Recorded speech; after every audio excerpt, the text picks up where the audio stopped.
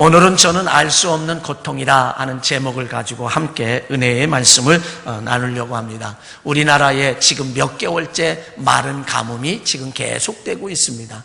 그래서 농부들이 어렵고요. 새롭게 새로운 정부가 들어서서 이제 관리로 임명을 받은 사람은 농촌을 방문하고 얼마나 어려운가, 지금 얼마나 어렵고 고통스러운가라고 하는 이런 사실을 확인하기 위하여 다닙니다. 많은 사람들이 이런 가뭄을 통해서 어려움을 겪게 되고요. 그런데다가 더군다나 엎친 데 덮친 격으로 우박이 그냥 엄지손가락만한 우박이 그냥 쏟아져서 농작물의 피해가 상당히 많은 이런 어려움을 당하고 있고, 지금도 이 도시에 사는 분은 물의 귀중함과 소중함을 잘 모르지만 농촌에서는 바싹바싹 논이 갈라지는 모습을 보고 저수지에 물이 말라서 그 물을 댈 수 없는 그 안타까운 그런 고통의 삶을 이 백성 가운데는 지금 살아가고 있다라고 하는 사실입니다. 이렇게 사람들의 이 가뭄을 통해서 어려움을 겪는 것은 뭔가 분명한 원인을 우리는 알 수 있습니다. 뭐지요? 비가 오지 않기 때문에, 이런 가뭄 때문에 고통을 당하고 있는 것만은 사실이라, 그런 이야기입니다. 사랑하는 성도 여러분, 지금 얼마나 힘드십니까? 지금 얼마나 어려움을 당하고 있습니까? 이 세상을 지금 살아가는, 이 대한민국에 살아가는 모든 사람들, 아니 세계에 살아가고 있는 모든 사람들은 지금 다 어렵고 힘들게 고통스럽게 살아가고 있고요. 영국의 아파트가 불이 나서 지금 수많은 사람들이 죽었고요. 그리고 뿐만 아니라 그 영국 사람들도 지금 이제 데모를 하고 시위를 하고 있는 그런 모습을 보는데, 모든 사람들이 이렇게 어려움을 겪고 당하고 있는 이 모습, 나만 힘들고 나만 어려운 것이 아니라고 하는 사실을 우리는 기억을 해야 할 것입니다. 그래서 인생의 이 모든 문제는 원인 없는 문제는 없다라고 우리는 생각해요. 원인 없는 문제는 없다. 다른 말로요, 해답이 없는 문제는 없다는 거죠. 혹시 이제 선생님들이 해답이 없는 문제를 냈다가 모두 다 맞은 걸로 인정해주는 그런 경향들도 우리에게 종종 우리는 보게 되는 것처럼, 그러나 원인이 없는 인생의 문제는 없다는 거예요. 다른 말로 해답이 없는 문제는 없다. 반드시 해답이 있다라고 하는 사실입니다.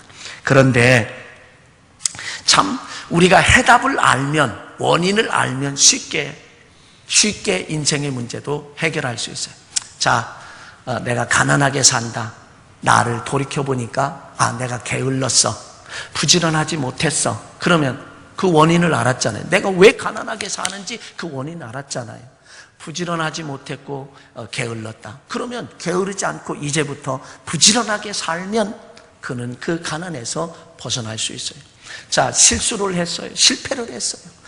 내가 이거를 실수했기 때문에 실패를 했구나. 그러면 다시 그런 것을 실수를 하지 말아야 되겠구나 라고 생각하면 이제 실패하지 않고 그 원인을 알기 때문에 고쳐나가며 살아갈 수 있다라고 하는 사실입니다. 그런데 중요한 것은 내가 때로는 어떤 때는요, 자, 우리는 배탈이 막 났어요. 이거 내가 상한 음식을 아까워서 버리지 않고 상한 음식 먹었기 때문이구나. 그러면 앞으로는 상한 음식 안 먹으면 돼요. 근데 배탈이 났어요. 이거 내가 너무 과식해서 과욕을 했어. 욕심을 내렸어. 음식에 욕심을 냈어. 그러면 앞으로는 그 원인을 알았으니까 음식에 대한 욕심을 내지 않고 좀 덜 먹으면 되겠구나.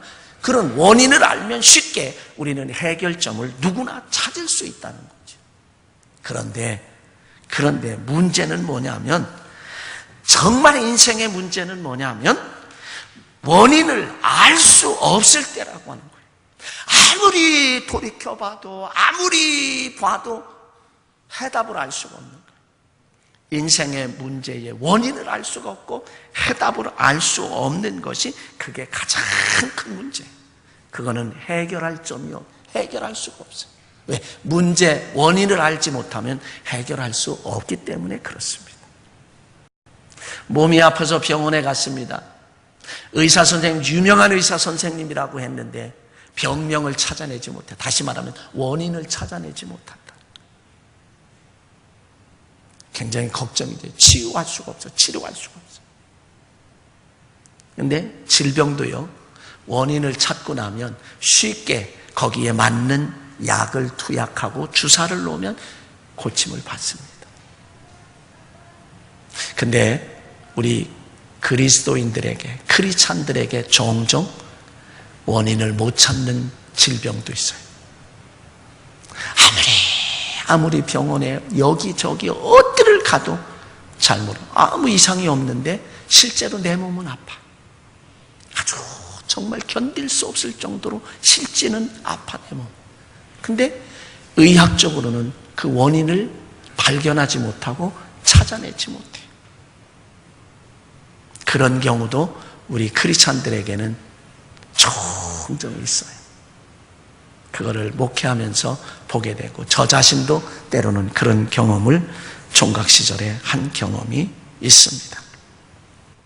그러므로 오늘은 인생에 있어서 알 수 없는 고통, 고난, 근심, 걱정, 그 해답을 좀 찾아보려고 해요. 그 원인을 좀 찾아보려고 해요. 그거를 함께 찾아보려고 합니다. 오늘 본문의 말씀 사무엘하 21장 1절로 9절에 있는 말씀은요, 다윗이 나라를 다스릴 때의 일입니다. 다윗이 나라를 다스릴 때예요. 다윗이 나라를 통치하고 다스리는데 3년이라고 하는 동안에 기근이 있어요. 3년 동안 계속해서 기근의 문제가 다가왔어요.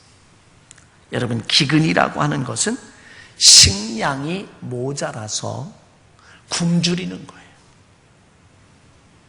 요즘은 살 빼기 위해서 다이어트도 하는 사람들 많지만, 다윗이 다스리던 이 시대에 3년 동안 식량이 없어요. 먹을 것이 없어서 굶주려요.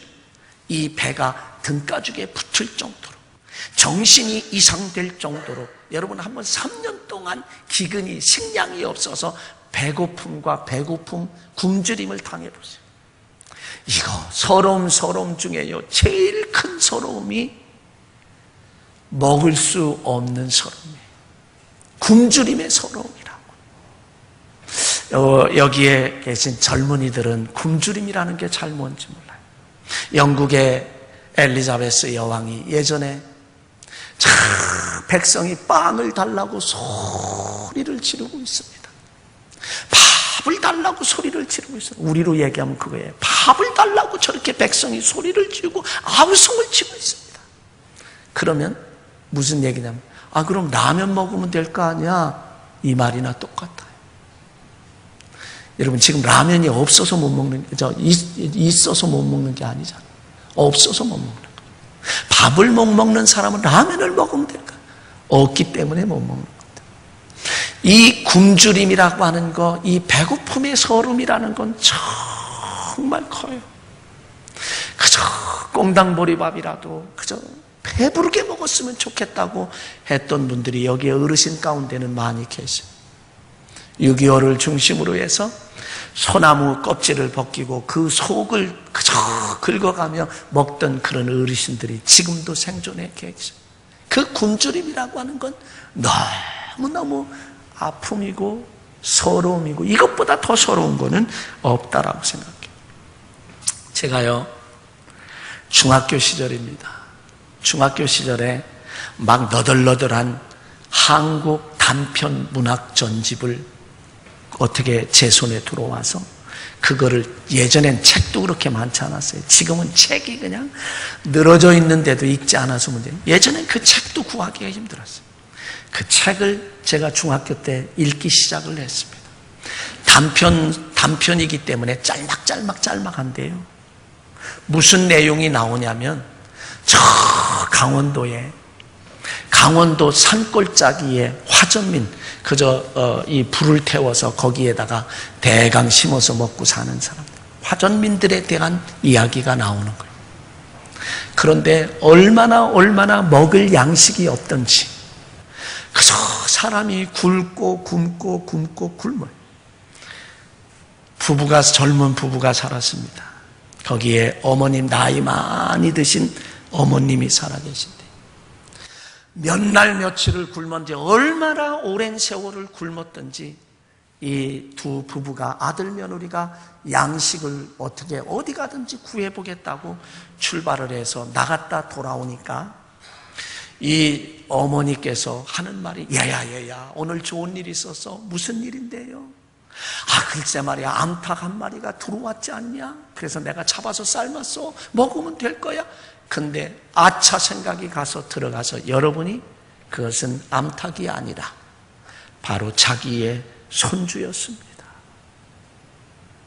얼마나 굶주렸으면 눈에서 헛것이 보일 정도로 이런 굶주림, 이런 이야기들이 한두 가지가 아니더라고요. 막 눈이 쌓이는데 그 옛날 처가집에 그 처마 밑까지 눈이 쌓였다라고 하는 그런 이야기들인데, 제가 그 책을 읽다가 몇 권을 읽다가 그냥 다 집어던졌습니다. 너무 비참한 거예요. 너무 안쓰러운 거예요. 제 마음이 너무, 이거 더 이상 나 읽고 싶지가 않아요. 그래서 그 한국 문학 전집들을 다 그냥 팽개치고 제가 읽지 않은 경험이 있어요. 여러분, 이런 이야기가 우리나라에만 있었던 얘기는 아니에요. 열왕기하 6장 24절로 29절에 가보면 이런 얘기예요. 아람 나라에서 북왕국 이스라엘의 사마리아 성을 포위를 했습니다. 오랫동안 포위하니 나가서 뭔가 가져와야 되고 먹을 것 가져와야 하는데 포위하고 가만히 있으니까 안에서는 지금 굶어 죽을 지경이에요. 먹을 게 없어요. 먹을 게 없는데 어느 날 왕이 그 성을 이렇게 거니는데 어떤 여성이 그렇게 이야기를 합니다. 여성이 왕에게 이렇게 이야기를 합니다. 한 여인이 외쳐 이르되 나의 주 왕이여 도우소서. 왕이 그에게 이르되 여호와께서 너를 돕지 아니하시면 내가 너를 무엇으로 돕겠느냐? 타작마당으로 말미암지 않겠나, 말미암아 하겠느냐? 포도주 틀로 말미암아 하겠느냐? 이르되 또 무슨 일이냐? 그리고 이 왕이 이 여인에게, 도와달라는 여인에게 그렇게 묻습니다. 그랬더니 이 여인이 하는 말이, 오늘은 저 여인이 나에게 이렇게 말했어요. 오늘은 내 아이를 삶아 먹고 내일은 우리 아이를 삶아 먹자. 그렇게 이야기해서 어제 우리 아이를 삶아 먹었습니다. 그런데 오늘 저 여인을 찾아가서 오늘은 내 아이를 내놓으라고 갔더니 그 아이를 감추어 두었습니다. 얼마나 비참한 얘기인지 몰라요. 이보다 더 비참한 얘기. 이게 성경에 나오는 얘기. 열왕기하 6장 24절로 29절에 나타나는 얘기. 그러니까 3년 동안, 여러분 우리나라에도 3년 동안 비가 안 와서 이 기근이 된다고 하면 식량이 모자라, 아마 아우성, 이보다 더한 아우성이 나타날 거라고. 그런 어려움을 다윗 시대에 지금 당하고 있는 그런 모습입니다. 아마 왕도 정말 탄식을 하는 거죠. 여러분, 만약에 아버지나 어머니가 어린 자녀들이 배고프다고 먹을 것 달라고 막 울부짖고 부르짖으면 그것을 바라보는 아버지, 아빠와 엄마는 아주 마음이 아마 찢어질 거예요. 그리고 정말 미칠 지경이고 죽고 싶은 심정일 거예요. 아마 다윗도 지도자로서 그런 마음을 갖는 거예요. 여러 성도들이 어려움을 당하면 목사는 얼마나 안타까운지 몰라요. 마치 그 안타까움에 부르짖고, 때로는 금식을 성도들은 못해도 목사는 그 가정을 위해 금식하며 기도할 때도 있어요. 이게 바로 지도자의 모습이고, 가정의 아버지의 모습이고, 가정의 어머니의 모습이에요. 다윗도 그런 심정이었을 것이다. 이런 어려움 속에서 3년 동안 기근을 당할 때 백성들이 굶주리는 모습, 아우성치는 이 모습을 볼 때에 다윗이 가장 먼저 한 일이 있습니다. 두 번째로 보면 문제를 가지고 하나님 앞에 나아갔다는 거예요. 지금 이 기근의 문제를 가지고 하나님 앞에 나아갔고, 하나님 앞에 나아갔다는 얘기는 하나님 앞에 간구했다는 얘기요, 간구했다는 얘기는 부르짖었다는 얘기요, 기도했다는 얘기요, 소리쳐서 도와달라고 하나님 앞에 외쳤다는 그러한 이야기입니다. 우리 찬송을 부른 것처럼 어려운 일 당할 때 우리가 할 수 있는 일이 무엇일까? 오직 주님을 의지하고 주님을 바라보는 일 외에 무엇이 있을까? 하나님 앞에 나아갔다라고, 그래서 하나님 앞에 간구하고 있다라고, 기도했다는 거예요. 부르짖었다라고 하는 거예요. 이 사건이 언제로 거슬러 올라가야 되냐면 500년 전의 사건으로 거슬러 올라가야 돼요.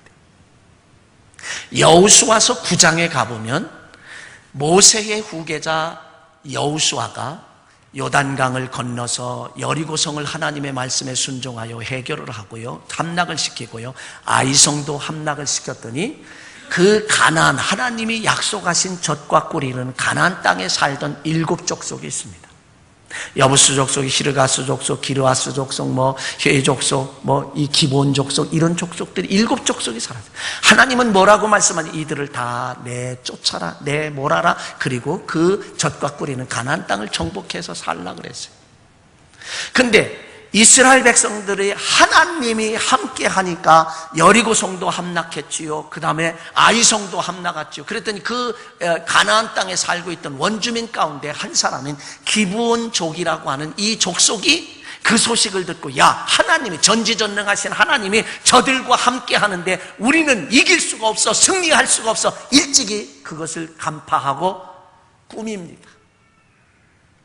옷을 다 헤어지고 낡은 옷을 입고요, 그 다음에 이 빵은, 떡은 그냥 곰팡이 나게 해가지고요, 그리고서 몇 사람이 누구에게 가느냐? 이스라엘 진영을 찾아 들어가요. 우리는 저 멀리서 온 족속인데요, 당신들이 하나님이 함께하는 이 역사를 우리는 들었습니다. 당신들이 두려운데 우리와 평화 조약을 맺고 우리가 당신의 물 깃는 일, 나무 패는 일, 이런 그 허드렛 일을 하면서 살 터이니 우리를 멸하지 말고 평화 조약, 화친 조약을 맺으십시다. 그래서 화친 조약을 맺었어요. 누구의 이름으로? 예수 그리스도의 이름으로 화친 조약을 맺었어요. 그것을 맺고 났는데 며칠 있다가 속은 거를 알았어요. 근데 그거를 파할 수가 없습니다. 왜? 하나님의 이름으로, 여호와의 이름으로 계약을 했고 조약을 맺었기 때문에 하나님께서 그걸 지키도록 해요. 그래서 이 기본 족속들은 이스라엘 백성들 가운데 나무를 패고 물 깃는 자로서 그와 함께 섞여 살았어요. 그런데 사울 왕 때에 그들을 멸망시키고 멸절을 시키기 위해서 그들을 죽였다, 그런 얘기죠. 다윗이 하나님 앞에 기도했더니 하나님이 알려줘요. 뭐라고 알려주느냐? 1절의 하반절에 보면 3년 기근이 있으므로 다윗이 여호와 앞에 간구하며 여호와께서 이르시되 이는 사울과 피를 흘린 그의 집으로 말미암이니 기브온 사람을 죽였습니다. 사람을 죽인 것에 대하여, 그 조약을 파기하고 죽인 것 때문에 다윗의 시대에 3년이라고 하는 긴 시간 동안 굶주림의 고통을 당해야 했다. 그 원인을 이제 알게 됐습니다. 다윗이 드디어 그 원인을 알게 되었습니다. 여러분, 성경은요, 뭐에서 원인을 알았어요? 하나님께 간구함으로 알았어요. 하나님께 부르짖음으로 알았어요. 하나님께 기도함으로 그 문제의 원인을 알게 되었다는 거죠. 성경은 말합니다. 구하라 그러면 주실 거죠. 찾아라 그러면 찾아낼 것이요. 문을 두드리라 그러면 너희에게 열릴 것이니라. 너는 내게 부르짖으라 내가 내게 응답하겠다고 말씀하셨고, 또 우리에게 환난 날에 나를 불러라 내가 너를 건지리라고 우리에게 성경은 그렇게 말합니다. 또 뿐만 아니라 이 곤고한 자가 부르짖음에 여호와께서 들으시고, 부르짖음에 여호와께서 들으시고 이 모든 환난에서 구원하셨도다라고 우리에게 말씀하고 있습니다. 다윗이 그런 어려운 일을 당할 때에 하나님 앞에 부르짖음에, 하나님 앞에 간구함에 하나님이 그 원인을 알려주셨어요. 기드온을 죽인 것 때문이다 라고, 기드온 족속을 죽인 것 때문이라고 하는 사실을 알려줍니다. 자, 여러분 보세요. 조약을 맺을 때 여호수아서 9장에 여호수아가 여호와께 묻지 아니했다, 여호와께 묻지 아니했다라고 하는 그런 말을 우리에게 해주고 있습니다. 자, 이제 원인을 알았어요. 그래서 세 번째입니다. 다윗이 하나님이 알려준 죄의 문제를 그것을 결국 해결하게 됩니다. 어떻게 해요? 기브온 사람들에게 그렇게 말합니다. 다윗이 3절에 다윗이 그들에게 묻되 내가 너희를 위하여 어떻게 하랴? 내가 어떻게 속죄하여야 너희가 여호와의 기업을 위하여 복을 빌겠느냐라고 이렇게 말을 하고 있습니다. 여러분, 우리 옛날 어르신들이 종종 이런 이야기 하셨어요. 여자가 한을 품으면 5, 6월에도 서리가 내린다. 다시 말하면 여성이 원한을 품으면 일이 안 된다 이거예요. 지금 이스라엘 백성들 다윗 시대에 이런 고통을 당하는 것은 다 사울 왕이 기브온 사람들을 죽였기 때문에 그들의 지금 힘이 없어서 나서지는 못하지만 그 힘이 없는 가운데 지금도 이스라엘 사람들 밑에서 그저 허드렛 일을 하며 살고 있는 기브온 족속들이, 목숨만 영명하게 살고 있는 그들이 마음속에 원한이 있다 이거죠. 마음속에 원한이 있다 이거죠. 다윗이 그들에게 말합니다. 내가 너희들에게 어떻게 해야 하겠느냐? 무엇을 하여야 너희가 하나님이 택하신 이 백성들을 위하여 복을 빌겠느냐? 이런 얘기. 마태복음 18장 18절에 가보면 땅에서 매면 하늘에서도 매일 것이고 땅에서 풀면 하늘에서도 풀릴 것이라. 여러분, 땅에서 원한 맺힌 일, 그래서 마태복음 5장에 가보면 이렇게 말씀합니다. 너희가 예물을 제단에 드리려고 하다가 원망 들을 만한 일이 생각나거든 제물을 제단에 두고 가서 화목한 후에 화목한 후에 와서 제물을 드리라고 우리에게 그렇게 말씀하고 있어요. 원한의 문제를 풀으란 얘기죠. 하나님과 우리 사이에 가로막힌 이 죄악의 문제를 해결하라는 이야기입니다. 먼저 해결을 해야 이것이 확 열려서 하나님으로부터 주시는, 하나님이 주시고자 하시는 모든 축복의 통로가 이것 때문에 막혀서는 안 된다 이거죠. 그거를 먼저 열라는 거죠. 그러니까 다윗이 기브온 사람들에게 내가 어떻게 해야, 무엇을 하여야 너희가 이 백성을 위하여 하나님께 축복을 빌겠느냐, 복을 빌어주겠느냐, 그들이 원한을 풀겠느냐라고 하는 그 말이에요. 그들이 원한을 풀고 그것을 이제 해결해 줄 때에 이 문제가 해결돼요. 그래서 사람은 무엇을 심든지 그대로 거두리라고 갈라디아서 6장 7절에 말씀하시는 것처럼 바로 그런 모습입니다.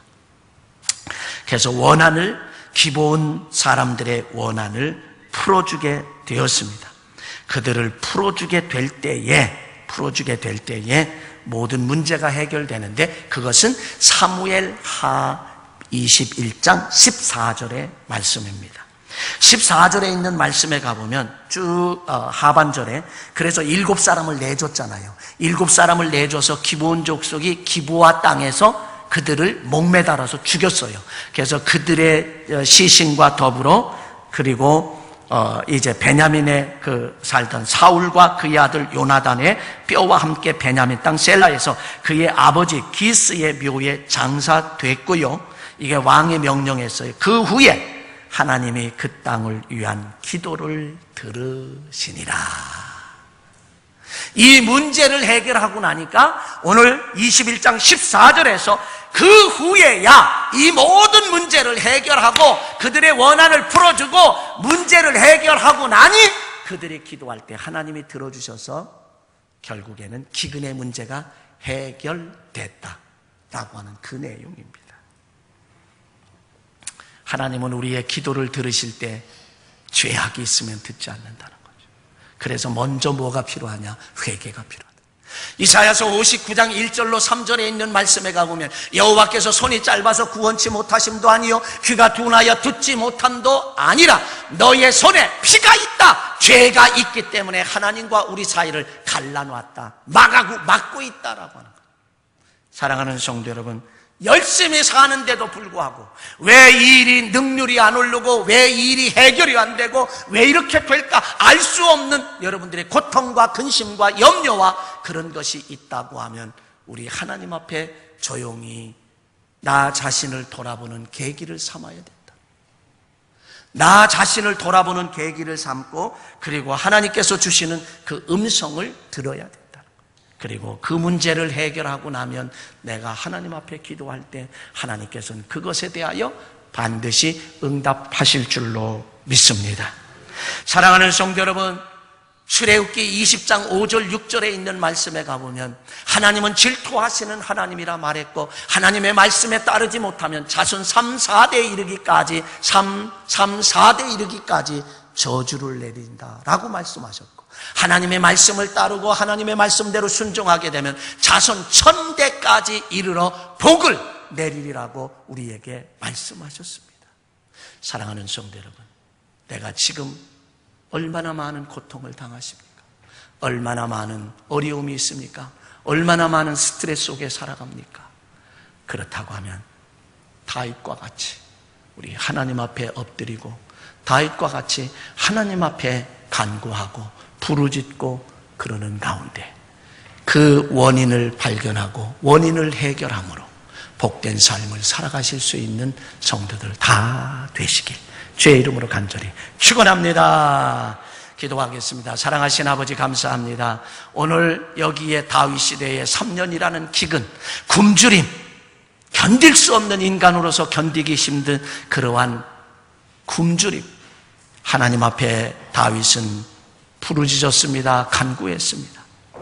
기브온 사람들을 죽인 것 때문이라고 하는 그 사실을 발견하고 그들의 원한을 풀어주는 너희들에게 어떻게 하냐, 무엇을 해야 이 백성들을 위하여 축복기도 하겠느냐라고 물을 때에 그들이 7명을 내어달라고 하므로 사울의 가문에 7명을 내어줌으로 말미암아 결국 문제를 해결하고 그들의 기도할 때 하나님이 기도를 들으시고 이제는 기근의 문제, 굶주림의 문제를 해결해 주신 줄 믿습니다. 이 땅에 살면서 때로는 우리가 알 수 없는 일들을, 알 수 없는 고통, 알 수 없는 환난, 알 수 없는 역경, 알 수 없는 걱정, 알 수 없는 근심 속에 살아간다고 하면 다윗과 같이 하나님 앞에 나아가게 하시옵소서, 하나님 앞에 엎드리게 도와주시옵소서. 그러므로 원인을 발견하고 원인을 알려주시는 그 원인을 알고 하나님 앞에 바로 설 수 있고 복된 삶을 살아가는 모든 성도들 되게 하옵소서. 우리 주 예수 그리스도의 이름으로 감사하며 기도하옵나이다. 아멘.